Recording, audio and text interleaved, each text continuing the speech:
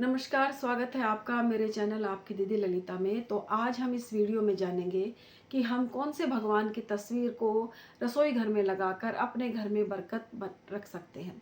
तो आप जब भी जैसे तस्वीर जो लगाएंगे वो मैं आपको बताऊंगी उस भगवान की, लेकिन उससे पहले यदि आपने मेरे चैनल को सब्सक्राइब नहीं किया है तो चैनल को सब्सक्राइब अवश्य करें। आप माता अन्नपूर्णा की तस्वीर को आग्नेय कोण में लगाकर आप माता की कृपा को प्राप्त कर सकते हैं।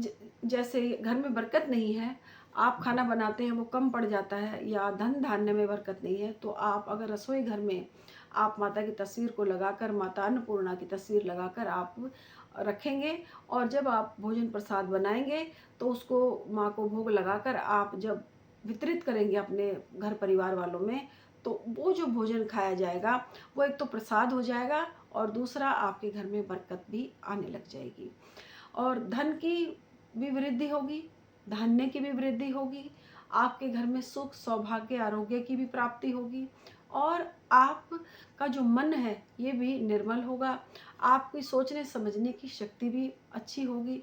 तो आप माता अन्नपूर्णा की तस्वीर को आग्नेय कोण में लगाकर आप इस माता की मतलब माँ भगवती की कृपा को प्राप्त कर सकते हैं। तो कैसी तस्वीर लगाएं आप, वो मैं बताऊंगी आपको, जिसमें माँ भगवती खड़ी हैं और उनके हाथ में एक घड़ा है, वो चावलों से भरा है, कलश समझ लीजिए आप, वो चावलों से भरा है, और भगवान भोलेनाथ को वो एक बड़े चम्मच से, जो करछुल भी बोलते हैं कहीं कहीं उसको, उससे भरकर और माता भगवान भोलेनाथ को भिक्षा दे रही हैं।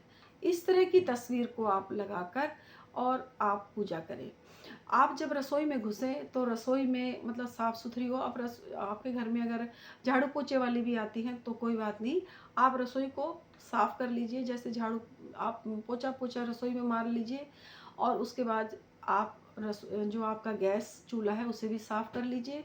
साफ़ करने के बाद में आप शुद्ध और सात्विक भोजन बनाएं, मतलब कोई भी ऐसा ना बनाएं, जैसे आप वेजिटेरियन भोजन जो होता है वेज वही भोजन बनाएं, मतलब शाकाहारी भोजन हो।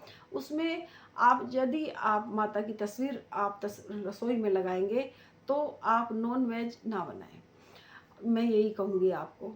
यदि आपके रसोई में नॉन वेज बनता है तब आप उस तस्वीर को ना लगाएं। आपके घर में यदि शुद्ध शाकाहारी भोजन बनता है तो ही आप तस्वीर माता अन्नपूर्णा की लगाकर इस कृपा को प्राप्त कर सकते हैं। और उसके बाद फिर आप जो आप माँ को भोग लगाएं वही प्रसाद आप वही मतलब जो भोजन हम बनाते हैं जब भगवान को भोग लग जाता है तो वो प्रसाद बन जाता है। तो फिर आप उसे सब लोग मतलब खाएं, तो आप कुछ ही दिनों में देखेंगे कि आपके घर में सारी चीज़ें सुचारू रूप से चलने लग गई है। आप इस तरह से जो तस्वीर मैं बता रही हूँ वो तस्वीर आप लगाएं, और फिर उस तस्वीर को जैसे आप जब रसोई का चूल्हा साफ़ कर लेंगे और रात के समय या दिन में आप खाना जो खा लेने के बाद में जो जूठे बर्तन होते हैं आप उनकी जूठन निकाल के रख दीजिए। मेड आएगी, वो बर्तनों को साफ़ करके एज इट इज़ आपके जहाँ भी जो स्थान है बर्तन रखने का वो रख देगी। आप जैसे रात के समय बर्तन आपके जूठे रह जाते हैं तो आप क्या करें कि बर्तनों की जूठन निकाल के आप सिंक में रख दीजिए। लिक्विड भी आता है आजकल तो आप थोड़ा थोड़ा ड्रॉप डाल के नल को खोल दीजिए, और बर्तनों को उलट पुलट करेंगे तो जूठन अपने आप निकल जाएगी। सुबह आकर आपकी मेड बर्तनों को मांज देगी। यदि रात को ही वो मांज जाती है तो बहुत ही अच्छी बात है। और अगर आपकी रसोई बिल्कुल साफ़ और स्वच्छ है, मतलब जूठे बर्तन भी नहीं है, तो आप एक दिया माता के नाम का रात को लगा कर अगर आप रखेंगे तो कहते हैं इससे घर में लक्ष्मी जी का वास होता है। तो आप ये कार्य अवश्य करें और करके देखें, आपको बहुत लाभ होगा। और आपके घर में यदि धन धान्य की बरकत नहीं है तो वो होने लग जाए। मैं ये तो नहीं कहूँगी आपको कि आपके रातों ही करोड़ों रुपए मिल जाएंगे और आपकी झोंपड़ी से महल हो जाएगा। देखिए, जब भी हम कोई उपाय करते हैं तो हमारी सबसे बड़ी दौलत होती है हमारी मन की शांति, हमारी निरोगी काया, हमारे घर में जो भी काम हम सोचते हैं वो काम हमारा पूरा हो जाना। तो इस तरह से ये जो कृपाएं होती है ये हमें भगवान की तरफ से ही मिलती हैं। तो ये मैं नहीं कहूँगी कि आप टाटा बिरला बन जाएंगे, आपके घर में धन धान्य बहुत ज़्यादा हो जाएगा। इस तरह की बातें ना तो मैं करती हूँ और ये प्रैक्टिकली भी नहीं है।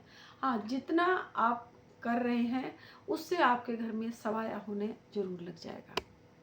क्योंकि बेकार की बात है कि रातों रात अमीर हो जाओ, रातों रात, इस तरह का मेरे पास कोई जादू की छड़ी नहीं है।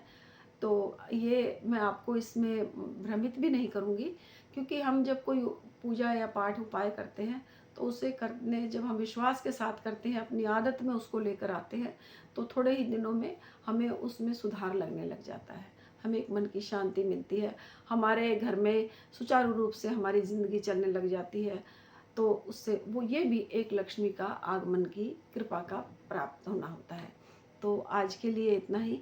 यदि आपने मेरे चैनल को सब्सक्राइब नहीं किया है तो प्लीज़ चैनल को सब्सक्राइब करें, लाइक करें, शेयर करें, और मेरे जो कमेंट बॉक्स है उसमें आप जय माता की अवश्य लिखें। तो आज के लिए इतना ही। कल फिर मिलूँगी एक अच्छी सी वीडियो के साथ। तब तक के लिए नमस्कार, जय माता की, हर हर महादेव।